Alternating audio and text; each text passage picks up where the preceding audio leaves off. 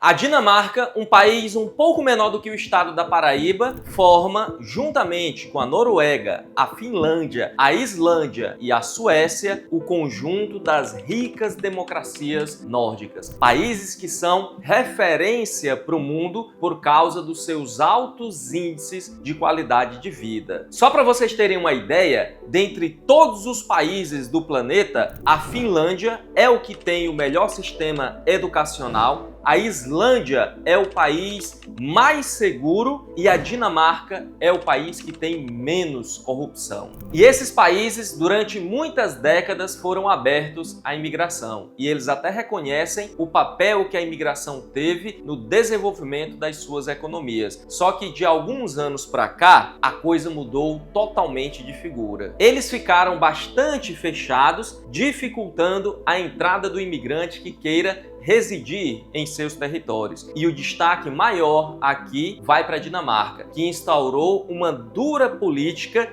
de entrada de imigrantes e de recepção de refugiados. E parece que isso não é coisa apenas dos partidos de direita. Lá na Dinamarca, parece que a direita e a esquerda estão unidos nesse ponto. Nenhum deles querem mais imigrantes ilegais e nem refugiados no território da Dinamarca. Tanto é assim que a primeira-ministra da Dinamarca, a Mette Frederiksen, que é do Partido Social Democrata, um partido de esquerda, está começando a ser vista como a porta-voz, o rosto da esquerda anti-imigração na Dinamarca. Tudo isso por conta da sua política não de poucos refugiados, mas de zero refugiados. Ela não quer mais receber refugiados na Dinamarca. O refugiado que faz o pedido de asilo lá na Dinamarca é enviado para Ruanda até que o seu pedido seja processado. Ele fica lá no meio da África até os dinamarqueses decidirem se vão aceitar ou não a entrada desse refugiado. E com relação aos refugiados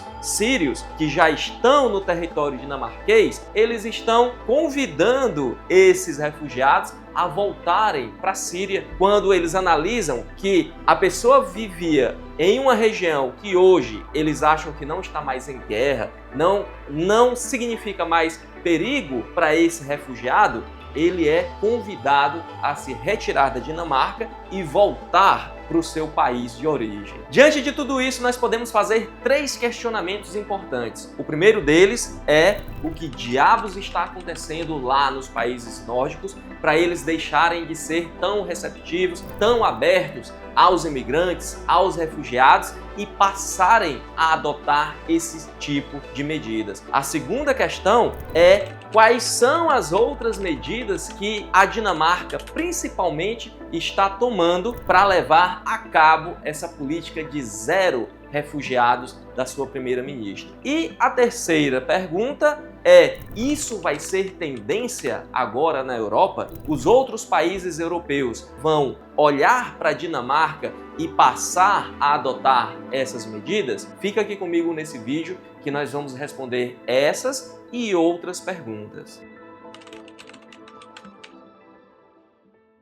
A resposta à primeira pergunta é bem complexa e envolve diversos fatores, mas aqui a gente pode começar com algo que os próprios dinamarqueses já reconheceram. Eles falharam em fazer a integração social entre diferentes pessoas de diferentes culturas, com diferentes visões de mundo. E isso acarretou diversos problemas para eles, principalmente na área da segurança pública, aumentando e muito os níveis de criminalidade na Dinamarca e nos países nórdicos. Criminalidade essa que era muito difícil de ocorrer naqueles países. Bom, mas o real motivo para toda essa mudança de posicionamento com relação aos imigrantes e aos refugiados é a tentativa dos dinamarqueses de preservar o seu estado de bem-estar social. Isso porque lá o estado de bem-estar social que eles construíram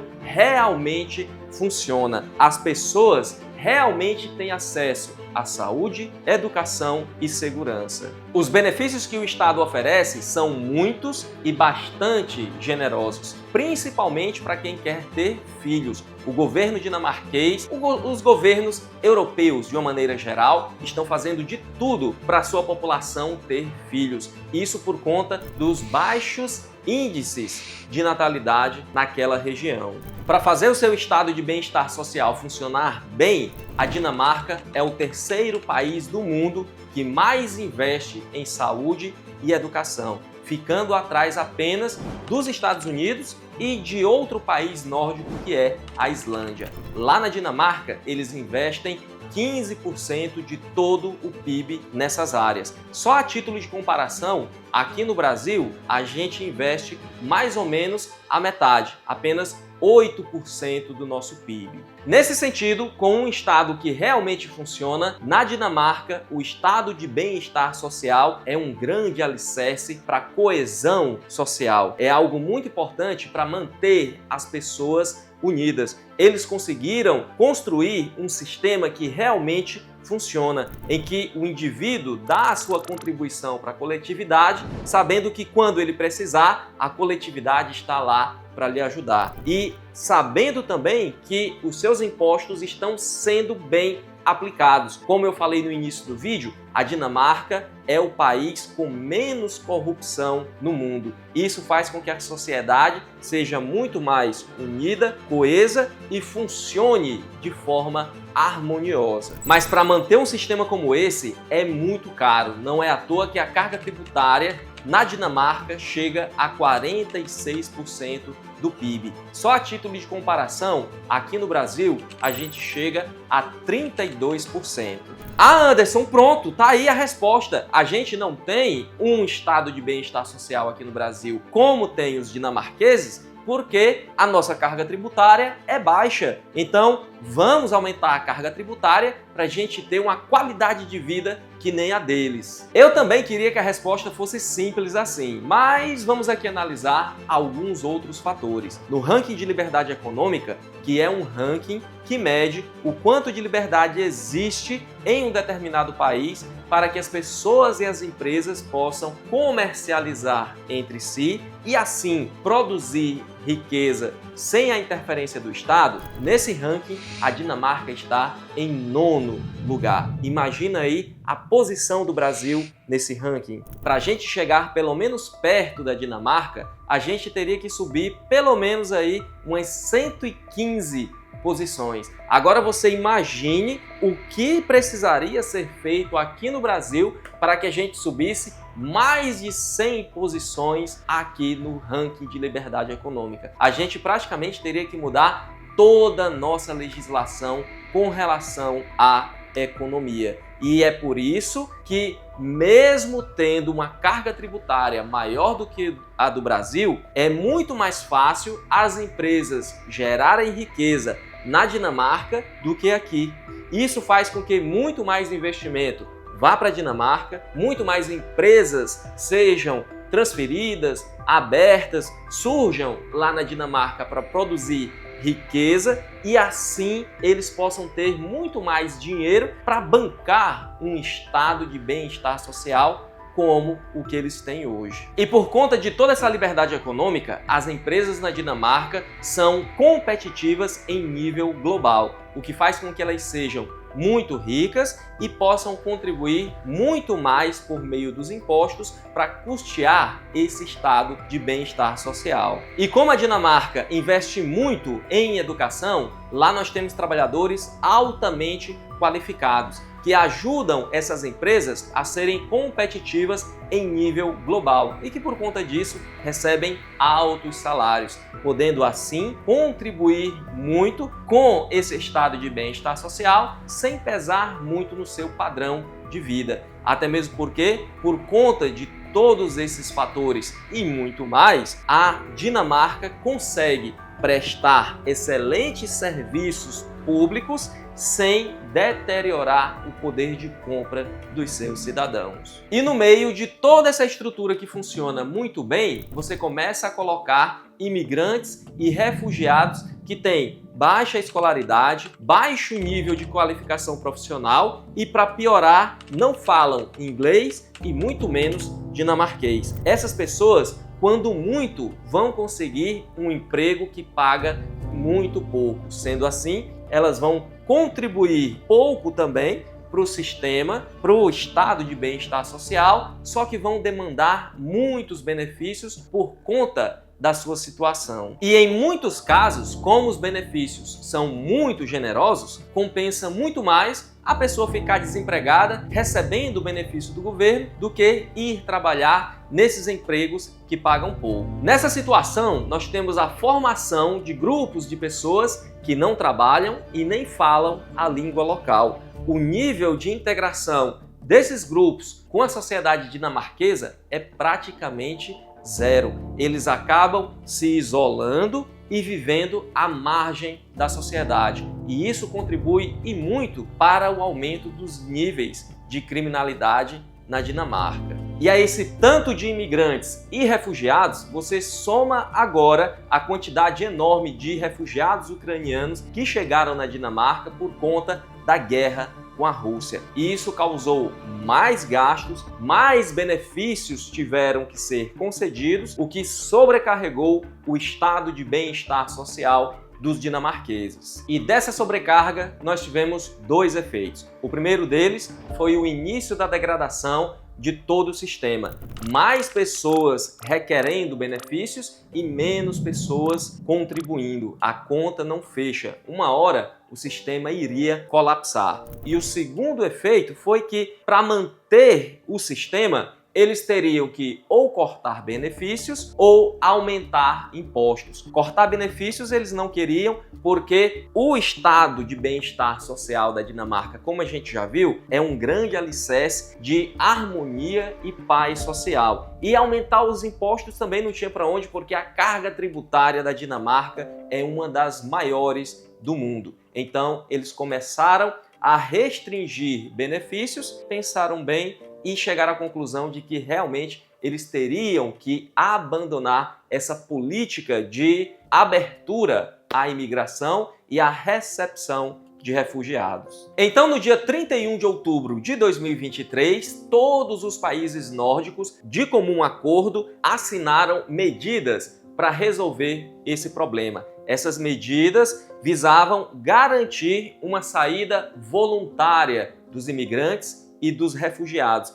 e a expulsão imediata de todos os imigrantes ilegais nos seus territórios. E adivinha só, a Dinamarca aboliu completamente a sua política de abertura e foi a mais radical no combate aos imigrantes ilegais e à entrada de refugiados. Ah, Anderson, mas a Dinamarca, como um país membro da União Europeia, não tinha que ter continuado com essas políticas de recepção de imigrantes e de refugiados? Não. A Dinamarca, quando entrou para a União Europeia, entrou com algumas restrições. Dentre elas, eles não iriam abrir mão da sua moeda, que é a coroa dinamarquesa. Por isso que, na Dinamarca, a moeda oficial não é o euro. E por conta do Tratado de Amsterdã, assinado em 1997, os dinamarqueses não são obrigados a cumprir todas as obrigações impostas aos países membros da União Europeia. Dentre essas obrigações, nós temos as políticas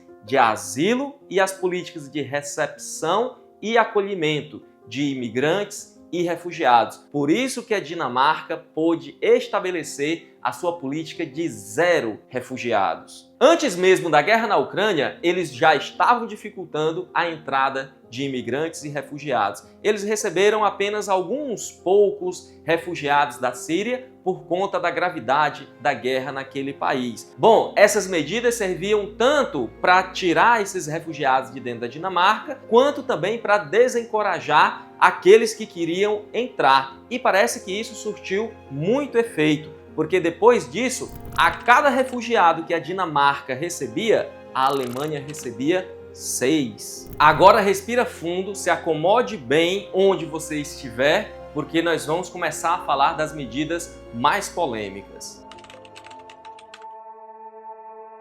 Em 2016, foi aprovada na Dinamarca uma lei que ficou conhecida como Lei das Joias. E ela foi aprovada por ampla maioria. 81 dos 109 deputados presentes aprovaram a lei. Dentre esses deputados, nós tínhamos deputados do Partido Social Democrata, que na época já era liderado pela atual primeira-ministra, que é a Mette Frederiksen. Segundo essa lei, todo refugiado que chegar na Dinamarca tem que entregar para o governo as joias e o ouro que eles tiverem, com exceção daquelas joias que têm algum tipo de valor sentimental, como uma aliança, por exemplo. Tudo isso para ajudar nos custeios da sua permanência na Dinamarca. E ainda tem mais. O refugiado que tiver mais de $1.500, ele tem que contribuir também com os custos da sua acomodação. E também, por meio dessa lei, eles ampliaram o tempo para pedido de reagrupamento familiar. Antes, o refugiado chegava, era aceito na Dinamarca e aí ele já podia pedir a residência para os seus familiares. Depois dessa lei, só depois de 3 anos já morando na Dinamarca é que ele poderia solicitar o reagrupamento familiar. Os críticos dessa lei dizem que ela é desumana porque ela impõe esse tipo de constrangimento a pessoas que estão em uma situação de altíssima vulnerabilidade e também que essa lei é racista. Por quê? Porque ela se aplica a todos os refugiados, menos aos ucranianos. Já os defensores dizem que essa lei é necessária porque ela faz parte de um pacote de medidas que visa combater a formação dos guetos ou bairros pobres, ou como os dinamarqueses passaram a chamar, as sociedades paralelas. Dentre as medidas polêmicas, nós temos também os centros de retorno. Atualmente existem 3 na Dinamarca. Toda vez que um imigrante ou um refugiado é ordenado pelas autoridades dinamarquesas a deixar o país, a voltar para sua terra, e ele não colabora com as autoridades, ele é forçado a residir nesses centros de retorno. E eu acredito que eles chamam de centros de retorno porque ficaria meio feio chamar de centros de expulsão. E pessoal, a medida é polêmica porque esses centros de retorno, eles não abrigam refugiados ou imigrantes que acabaram de chegar na Dinamarca. Eles foram criados para receber pessoas que já estão morando na Dinamarca há algum tempo. A pessoa já está com a sua vida lá encaminhada ou encaminhando, e aí o governo chega para a pessoa e diz: ó, você chegou aqui como refugiado, mas nós fizemos um estudo e lá no seu país as coisas já estão bem, as coisas já não estão tão perigosas assim. Então, você já pode voltar para o seu país. Nós estamos convidando você a se retirar da Dinamarca. E aí, se a pessoa não quiser ir, ela vai ser forçada a ficar nesses centros, até que deem um jeito lá da pessoa voltar para o seu país. Essa é a grande crítica que fazem com relação a esses centros de retorno. E as polêmicas não param por aqui. Lembram que eu falei que os dinamarqueses chamam os guetos de sociedades paralelas? Pois é, em 2018 foi aprovada uma lei bastante controversa que foi proposta pela direita e que está sendo aplicada pelo governo de esquerda. O que é que diz essa lei? Essa lei estabelece que até 2030, esses bairros com habitações populares, esses guetos, essas sociedades paralelas, como eles chamam, devem ser totalmente reorganizadas. Bairros com habitações populares, em que mais de 50% dos seus moradores são imigrantes não ocidentais e que tenham baixa renda, baixo nível de escolaridade, altos níveis de desemprego e de criminalidade, devem ser reorganizados. E como é que os dinamarqueses estão reorganizando esses bairros? Demolindo casas, expulsando as pessoas das suas casas e pondo abaixo essas construções e realocando imigrantes. Os imigrantes devem ir para outros bairros que tenham menos imigrantes não ocidentais. A meta é que esses bairros com habitações populares não ultrapassem 40% dos seus moradores com imigrantes não ocidentais. Existiam bairros na Dinamarca em que nós tínhamos até 87% de moradores que eram imigrantes não ocidentais. Esses bairros foram totalmente reorganizados. Até agora, já foram mais de 600 casas demolidas e várias famílias que foram forçadas a se mudar de bairro, a viver em outra comunidade. Tudo isso para ver se aumenta o nível de integração social dessas pessoas à sociedade dinamarquesa. E por falar em integração social, uma medida tomada pelos dinamarqueses para aumentar o nível de integração social entre essas pessoas foi a obrigatoriedade das crianças pequenas, dessas famílias de refugiados, terem que passar pelo menos 25 horas por semana em uma pré-escola, aprendendo a língua dinamarquesa e os valores dinamarqueses. Tudo isso para fazer com que essas pessoas possam se integrar melhor à sociedade dinamarquesa. Tudo isso para fazer com que a sociedade dinamarquesa possa receber esses refugiados possam se integrar melhor à sociedade, para que possa haver mais coesão social e assim a sociedade dinamarquesa possa continuar a existir com a sua harmonia social. Bom, se todas essas medidas vão funcionar ou não, a gente ainda não sabe, mas o fato é que a Dinamarca hoje é um grande laboratório em que todos os outros países europeus que estão passando por esses mesmos problemas estão de olho. E aí a gente tem que aguardar para ver se esses outros países vão começar ou não a adotar essas mesmas medidas da Dinamarca. E pessoal, uma outra coisa que também é um fato que é de fácil constatação é que os dinamarqueses não querem mais imigrantes e refugiados no seu país. Tanto é que a palavra multiculturalismo, ou seja, a existência harmônica entre diversas culturas, já é uma palavra negativa lá na Dinamarca. É quase que um palavrão. Deixe a sua opinião aqui nos comentários sobre tudo isso que a gente falou. E eu te convido a clicar no primeiro link da descrição ou no link do comentário fixado e fazer a sua inscrição no nosso curso de História da Filosofia. Ele é um curso essencial para que você tenha muito mais senso crítico sobre a nossa realidade. Eu vou ficando por aqui, um grande abraço e até a próxima.